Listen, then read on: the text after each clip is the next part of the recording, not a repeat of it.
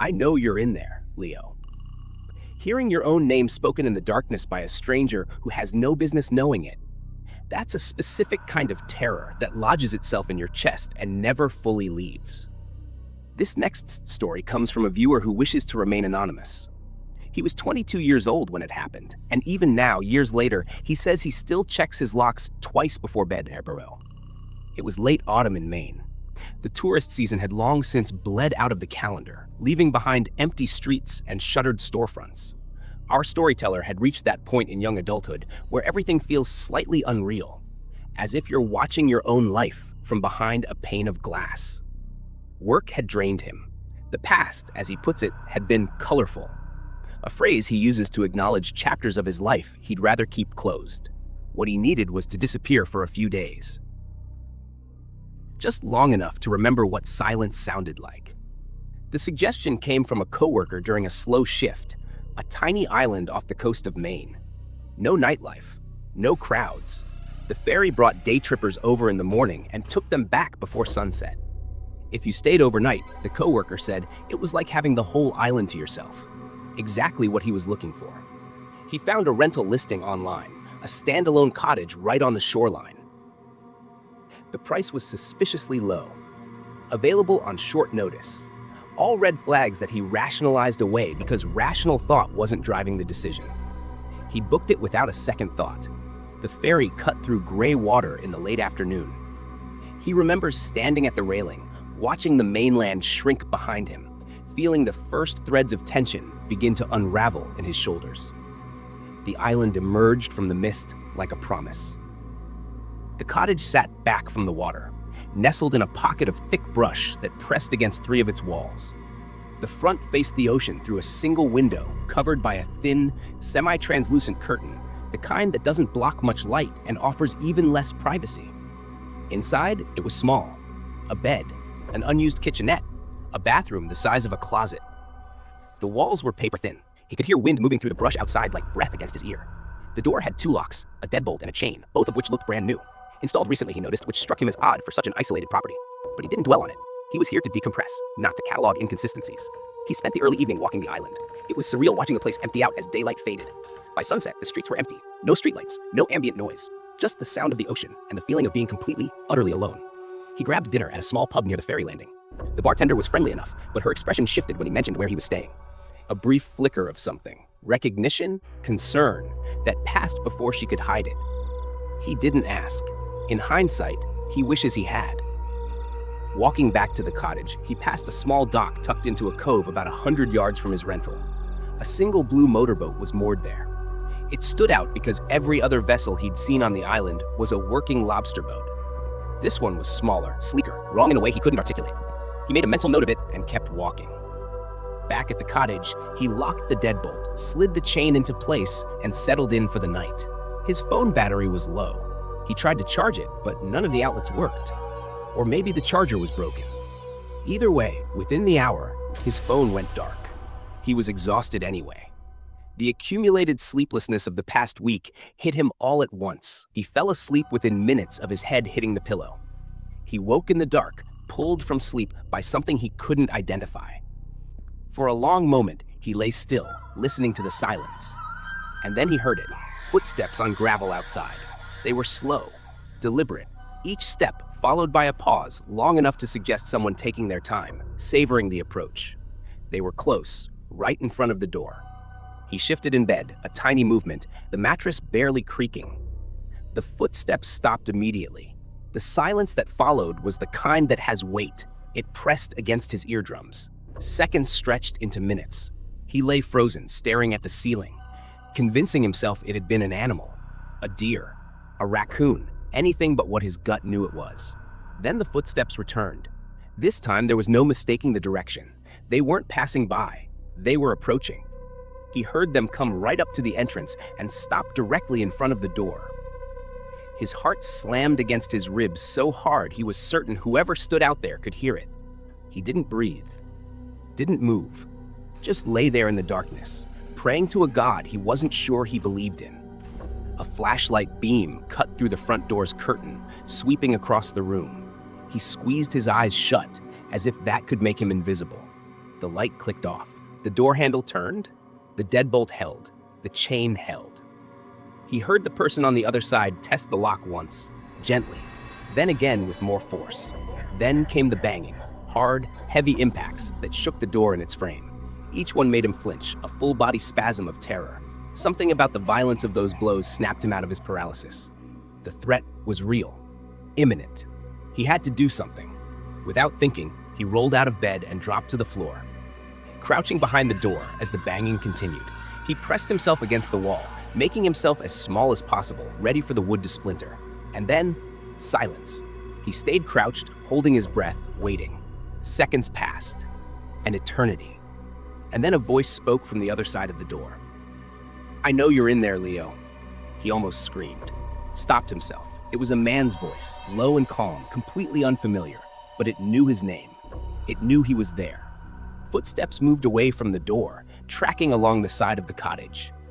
He followed the sound as it passed the bathroom wall, continued around the corner, and kept going. Circling. Whoever it was, they were taunting him, letting him know they knew exactly where he was, and there was nothing he could do about it. For the next stretch of time, he couldn't say if it was 20 minutes or an hour. The person outside circled the cottage.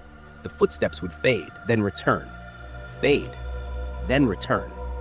At one point, he heard them stop at the window, felt the weight of someone looking through that thin curtain, seeing nothing but knowing he was in there. Eventually, the footsteps receded toward the dock. An engine started, the unmistakable sound of a small outboard motor. He listened as it pulled away from shore and faded into the distance across open water. He didn't sleep. That's not an exaggeration. He sat against the wall behind that door until the first gray light of dawn seeped through the curtain. When he finally stepped outside, the gravel told the story. Heavy boot prints circled the cottage multiple times, some so close to the walls that whoever made them must have been pressing against the siding. The prints led in a straight line from the cottage to the dock and ended at the water's edge. Here's what still haunts him about that night. Whoever was outside didn't come from the island. They came by boat. They came specifically to that cottage on that specific night, and they knew his name. He confronted his coworker about it days later, the man who'd suggested the island in the first place. He swore he hadn't told anyone about the trip, and he looked genuinely frightened when he heard what happened. Our storyteller believed him. "I mentioned having a colorful past," he says. "I'm not shocked that someone out there might want to find me. What I can't wrap my head around is how they tracked me to some random island off the coast of Maine. How did they know which rental I booked and on which night? How long had they been watching me before any of this?" He still works the same job, lives in the same place. Nothing has changed since then, but he has no reason to believe it's over.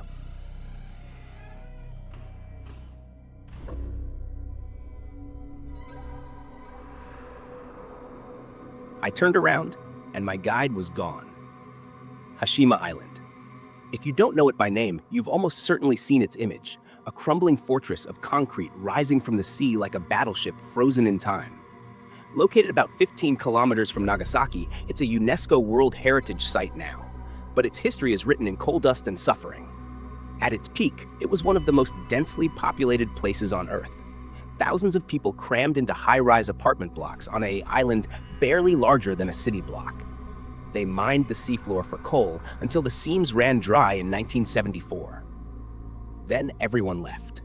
The island has been rotting ever since. Tourists can visit now, but only on guided tours that follow a single concrete path along the seawall. Entering the actual buildings is strictly forbidden. The structures are too unstable, the risk too high. But our storyteller wasn't a tourist. He was a structural engineer finishing his graduate thesis on concrete degradation in marine environments. And through a professor he'd been corresponding with, a Dr. Yamamoto, who'd done extensive research on post-industrial decay, he obtained something extraordinary, a research permit that allowed him access to the buildings themselves. The morning of the visit, he took an early ferry from Nagasaki, not a tourist boat, a smaller vessel arranged through the research office. Just him and his escort, a man named Tetsushi. Tetsushi didn't talk much. Our storyteller didn't mind. He was too consumed by anticipation. The approach to Hashima plays tricks on your eyes. From a distance, it looks small, insignificant almost. But as you draw closer, the scale hits you. The seawall wrapping around the entire island. The apartment blocks stacked against each other like dominoes waiting to fall. He'd seen hundreds of photographs, but none of them prepared him for the reality of it. A true wonder, he thought. A monument to industry and abandonment. Tetsushi gave the briefing on the dock. He had access to several buildings beyond the normal tour route.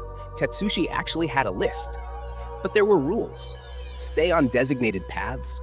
Don't enter anything marked with red tape. Don't remove anything. Don't touch anything you don't need to. And stay within visual range at all times. Tetsushi said that last part twice. He also had to wear protective gear. Hard hat, steel-toed boots, bulky reinforced work pants that made walking awkward. He didn't care. He was here. The first few hours were amazing. Photographs, notes. He was completely in his element. Tetsushi followed at a distance, occasionally glancing at his watch, clearly wanting this over with. Our storyteller found it slightly irritating, but didn't let it diminish the experience. They entered one of the large residential blocks around midday. The stairs were intact, but barely, daylight visible through gaps in the landings. Tetsushi waited on the ground floor while he went up, which struck him as strange given the visual range instruction. But he didn't argue. It was actually nice to explore without someone hovering. On the fourth floor, examining a section of wall where concrete had completely separated from the rebar beneath, he noticed something off. The dust patterns were wrong. There was dust everywhere, decades of it, but there was a path through it. A trail where someone had walked regularly. Not recently, maybe, but often enough that the dust hadn't fully settled back. He followed the path with his eyes. It led to a room at the end of the corridor. He should have gone back down, told Tetsushi. That would have been the smart thing, but curiosity has a way of overriding common sense. Tetsushi would probably just usher him back downstairs anyway, and he might never get answers. He walked to the room and pushed the door open. Two things struck him immediately. First, a smell. Something he'd never encountered before. Not natural, not human, something else entirely. Second, the wall he touched was warm, noticeably warmer than any other surface he'd felt on the island. Sun exposure, he thought. Even though there were no gaps in the ceiling. Animals, he thought about the smell. Even though he wasn't aware of any animals living on Hashima. He went back down and mentioned it to Tetsushi. The reaction was immediate and strange. Tetsushi didn't ask clarifying questions. Didn't seem concerned. He simply stated that what our storyteller had seen was impossible. No humans, no animals lived on the island. He didn't ask to see the room. When our storyteller insisted on showing him, Tetsushi refused. They continued the tour, but now he was paying attention.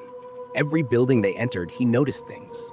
Nothing definitive, no clothing, no obvious signs of habitation, but markings, disturbances, signs that something had been there. He didn't know if it was human or animal, and that uncertainty was somehow worse. He mentioned more of these sightings to Tetsushi. This time, Tetsushi didn't respond at all. He just pulled out his radio and spoke rapid Japanese into it. The first time he'd used the radio since they'd arrived. "What did you say?" our storyteller asked. Checking the schedule. He didn't believe it. But what could he do? Demand a translation? He let it go, but the unease settled deeper into his bones. They reached a taller residential block near the center of the island. Tetsushi hesitated at the entrance, actually stopped walking and stood there for several seconds before following him in. Our storyteller noticed. Tetsushi had been bored and impatient all morning, and now he was attentive, watchful. The stairwell was narrow and dark, but structurally sound. They went up 5 floors, Tetsushi close behind the whole time, another change from earlier. And then, in a corner room on the 5th floor, he saw something that validated every concern he'd had. Against one wall, a pile of blankets, several empty water bottles, definitive evidence of human habitation. He turned to show Tetsushi, and Tetsushi was gone. It wasn't until he realized he was alone that the terror truly hit. The blankets, the bottles, those hadn't frightened him until that moment. But standing in that room, on that abandoned island, with his escort vanished, his brain finally caught up to the situation. There was someone else on Hashima. He needed to leave. Now. He frantically made his way back to the stairwell, planning to run down and end the trip immediately. But when he turned the corner, the stairs were blocked. A pile of rubble spilled across the landing, enough that he couldn't get through. He didn't have time to wonder if it had collapsed naturally or been placed there deliberately. He just turned and ran. Past that room, down the corridor, praying there was another stairwell somewhere close. He didn't care about structural integrity anymore. He just needed out. Behind him, he heard movement, footsteps stepping into the hallway. He didn't turn around, just kept running. The building was a maze. He was too scared to think straight, felt like he was running in circles. And the whole time, the footsteps followed. At first, he thought it was Tetsushi, but after a while, he realized there were multiple sets, multiple people. He finally found another stairwell and practically threw himself down it. He doesn't remember much about getting out of the building, just daylight, then sprinting across open ground, then the dock. Tetsushi was standing there by the boat, completely unfazed. The calmness of that man, the way he just stood there, watching our storyteller approach in a state of pure panic, transformed fear into rage. He started screaming about what he'd seen, about the people in that building, about being abandoned, about the rubble that might have been piled there deliberately to trap him. Tetsushi barely blinked. It was like he wasn't hearing any of it. Our storyteller wanted to put his hands on him, but Tetsushi was his only way off the island. He had all the power. Our storyteller had none. At one point, he actually hoped that whoever had been chasing him would emerge from the buildings, just so Tetsushi would have to acknowledge what had happened. Tetsushi waited for him to calm down. Then, instead of addressing anything he'd said, simply stated, "We're leaving." The ferry ride back was the longest of his life. He sat in silence, watching Tetsushi, genuinely afraid for his safety. But they made it back. He stepped onto the mainland and never saw Tetsushi again. The aftermath. The first thing he did was try to contact Dr. Yamamoto, the professor who'd arranged the visit. No response. He tried for 2 weeks, from Japan and then from the US after he returned home. Nothing. It was like Yamamoto had disappeared. He reported what he'd seen to the relevant authorities. He doesn't think anything came of it, doesn't think anyone believed him. Years have passed. But this is a story he tells anyone who will listen. "The thing that gets to me most," he says, "isn't what happened on the island. It's what happened after. The fact that I couldn't contact Dr. Yamamoto, despite him going to such lengths to arrange my visit. The thing I regret most is not taking more action to get to the bottom of what was going on there. If I'd spoken Japanese, if I hadn't had to return to the US so quickly, maybe I could have done something." He pauses. "I'm gonna think about this forever."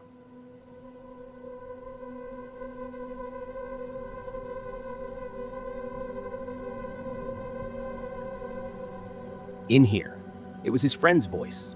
He was sure of it, but his friend was nowhere near that part of the building. This happened over 10 years ago, during the storyteller's last semester of college. He was a history major, deep into his senior thesis on abandoned institutional spaces, defunct hospitals, asylums, rehab centers, places that existed in or around major cities, slowly rotting while the world moved on around them. One of the cases he was researching was North Brother Island. It sits in the East River, technically part of New York City, but completely abandoned for decades. Its history is layered: a quarantine hospital, then a rehab center, then finally off limits to the public. Unless something's changed, you still need a permit to set foot there. Even then, permits are nearly impossible to obtain. He never planned on going. That would have been illegal. But he mentioned it one night to 2 friends, Jansen and Jesse, while they were drinking. He was probably complaining about how long his thesis was taking. To his surprise, they were genuinely interested. When they realized one of the places he was researching was practically in their backyard, they were hooked. Urban exploration was popular among young guys back then. The idea of sneaking onto a forbidden island, seeing something most people never would, it appealed to that edgy, adventurous impulse. And our storyteller had to admit, after all the research he'd done, he was curious too. Not in a ghost hunter way. More like, if he was going to write about this place, why not see it with his own eyes? A few weeks later, they found themselves at Redoredo Point Park in the Bronx at 2 a.m., 3 solo kayaks in tow. It was one of the few spots along the shoreline where you could launch without attracting attention, and it was only about a half-mile paddle to the island. They had supplies, probably more than they needed. The plan was simple. Leave around 2:30, explore for a few hours while it was dark, and be back before sunrise. Stupid and thrilling. The best kind of fun. Getting the kayaks into the water was surprisingly seamless. The park was deserted at that hour, but as they started paddling toward the island, the reality of what they were doing began to set in. There was nothing stopping them now. The nervousness crept in. They made it to the island. Pulling the kayaks ashore was a struggle. The overgrowth was thick, tall reeds and weeds pressing in from all sides. They had to push through just to find stable ground. Once they were on solid land, the three of them stood there for a moment, taking it all in. It was dark, obviously, but the moon was bright enough to make out general shapes. The first thing he noticed was the quiet. He knows that sounds cliché, but you have to understand, they were still in New York City. The Bronx was right there, half a mile away, and yet it felt like the middle of nowhere. They started walking inland. It didn't take long for Jansen and Jesse to realize how big the island actually was. Our storyteller had told them beforehand, even shown them a map, but they clearly hadn't internalized it. As they went deeper, they passed building after building, most partially collapsed, or so overgrown, you could barely tell they were buildings at all. At one point, Jesse stopped and stared at a structure with a tree literally splitting it in half. Looks like something out of a post-apocalyptic video game, he said. He wasn't wrong. There was something almost alien about how nature had reclaimed everything. Like the island was actively trying to swallow any evidence humans had ever been there.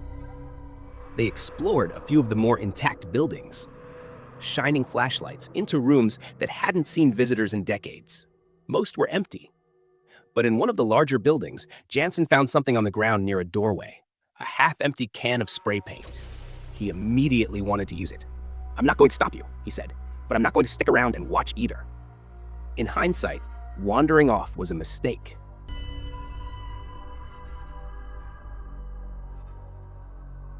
These stories don't have neat resolutions. They don't offer explanations. They simply present the facts as they were experienced and leave us to sit with the discomfort of not knowing.